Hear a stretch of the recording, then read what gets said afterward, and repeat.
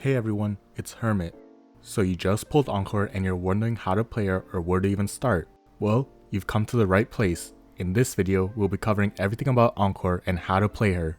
Encore is a 5-star fusion DPS character wielding a rectifier. Despite her cute appearance, Encore can use her attacks and abilities to dish out huge damage to unsuspecting opponents. Before we get into it, let's point out some pros and cons to Encore. For pros, she does tons of damage, she can be pretty safe to play as she can dish out damage from range, and she has different playstyles making her fun to play. However, some cons of Encore are that she can be a little tricky to grasp, especially without proper knowledge of her kit, as well as rectifiers not being the best weapon for parrying enemies. Now that you know a little bit about Encore, let's talk about Encore's skills and abilities.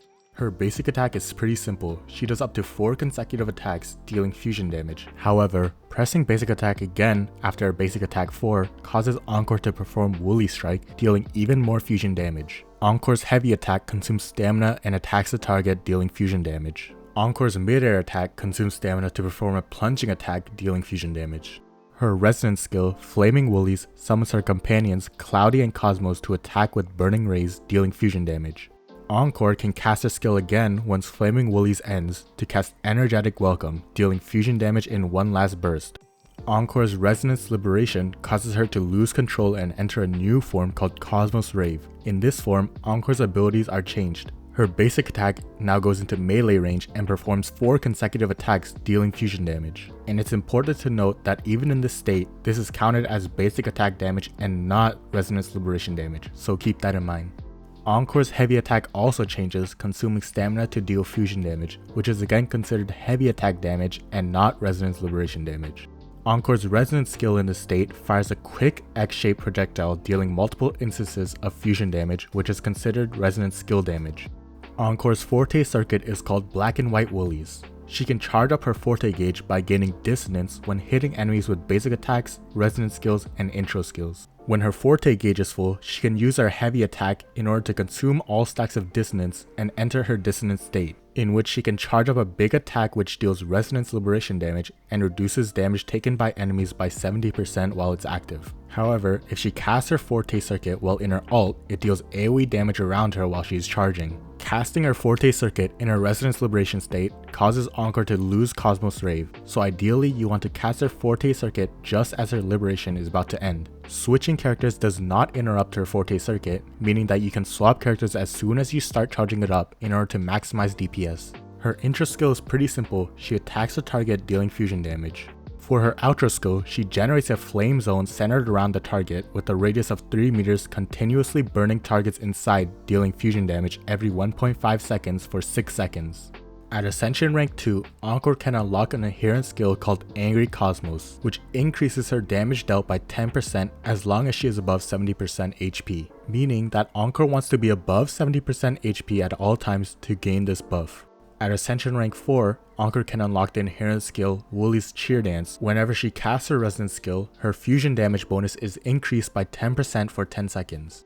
Encore's minor Forte nodes give Encore fusion damage and attack percent. Now that we know about all of Encore's skills, the skill priority I recommend is Resonance Liberation first, followed by Forte Circuit, and then Resonance skill third, with basic attack and intro skill last. But eventually, you'll probably want to max all of them out though, as she's probably going to be our main DPS, and maximizing your damage output is never a bad thing. Here are all the materials that Encore needs to ascend and upgrade her skills. Let's now talk about Encore's resonance chains and see if they're worth it.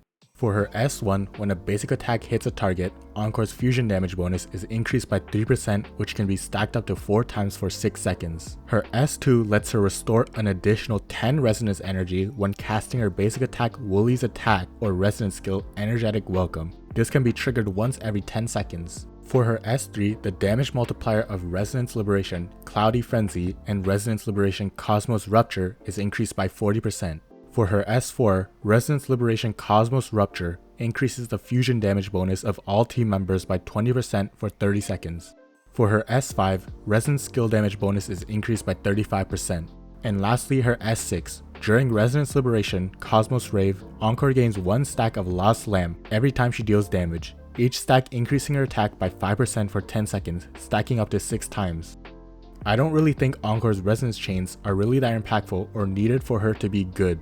as according to calculations by Pridewin, who have really good info by the way, I'll link their website in the description, the differences between an S0 and an S6 Encore is only 27%, but if you love Encore and enjoy playing her, then no one's stopping you from maxing her out. Now for echo sets on Encore, you mostly want a 5-piece Molten Rift set, which gives you fusion damage percent increase by 10% at 2 pieces, and an additional fusion damage increase of 30% for 15 seconds upon using a resonance skill at a 5-piece.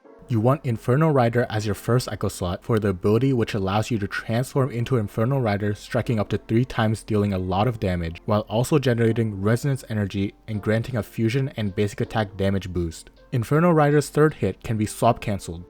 If you're struggling to get a 5-piece Molten Rift set, you can settle for a 2-piece Molten Rift, 2-piece Lingering Tunes, or a 5-piece Lingering Tunes as good alternatives, but they will not be as good as the 5-piece Molten Rift.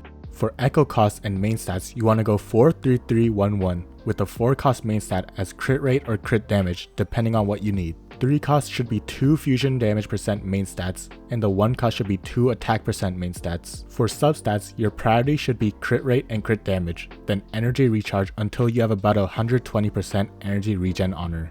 Then attack percent, flat attack, basic damage percent. For Encore's weapons, her current best in slot is Yinlin's signature weapon, Stringmaster, as it gives a big attack boost and has a big crit rate substat. According to Pridewin, it is 14% better than her second best option, Cosmic Ripples, which you can get on the standard banner. It offers high base attack and an attack percent substat, boosting Encore's damage. If you're willing to buy the battle pass, the Rectifier can be a good option if you don't have any of the 5 stars, as it has a good crit rate substat and has a nice ability which grants attack percent when her Resonance Liberation is cast. Jinzo Keeper is another good 4-star alternative that provides a good amount of attack for Encore. However, if you have none of these options, some 3-star options that you can use to get started are Rectifier of the Night and Guardian Rectifier.